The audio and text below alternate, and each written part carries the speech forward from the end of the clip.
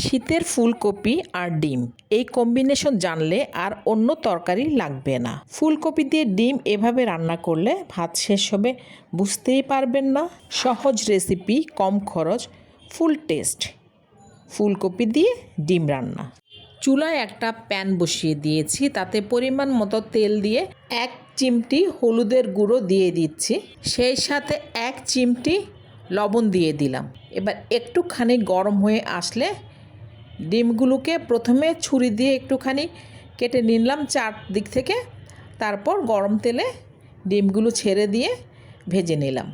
ছুরি দিয়ে একটুখানি কেটে নিলে ডিম ভাজার সময় এগুলোর থেকে ফুটে আসবে না বা তেল ছিটকে পড়বে না।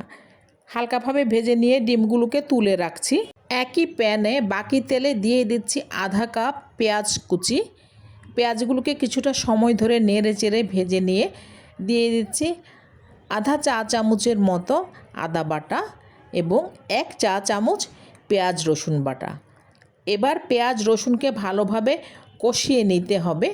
পেঁয়াজ রসুন ভালো করে কষানো হয়ে গেলে দিয়ে দিচ্ছি সামান্য পরিমাণে পানি।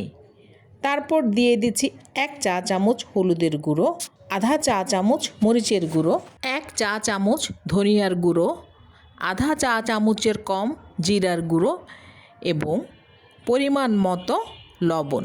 এবার খুব ভালো করে সব কিছুকে প্রায় 2 থেকে 3 মিনিটের মতো কষিয়ে নিতে হবে, যাতে করে মশলার কোনো গন্ধ না থাকে। ভালো করে কষানো হয়ে গেলে কেটে ধুয়ে রাখা একটা ফুলকপি দিয়ে দিচ্ছি।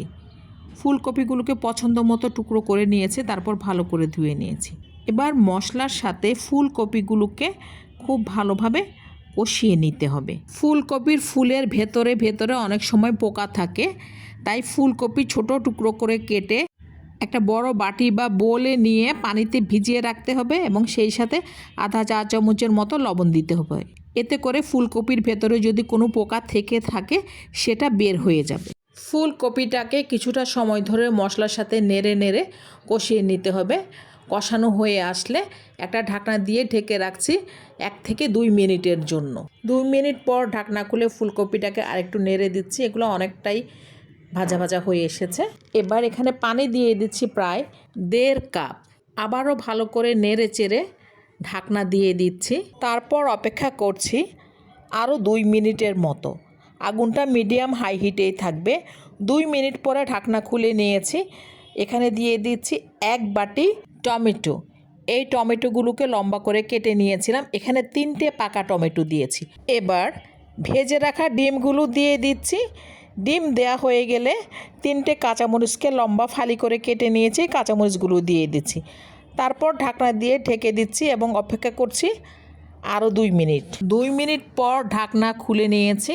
তারপর এখানে বেশ কিছু ধনেপাতা কুচি করে চারিদিকে ছিটিয়ে দিচ্ছি। ধনেপাতা দেয়া হয়ে গেলে আবারও ঢাকনা দিয়ে দিচ্ছি।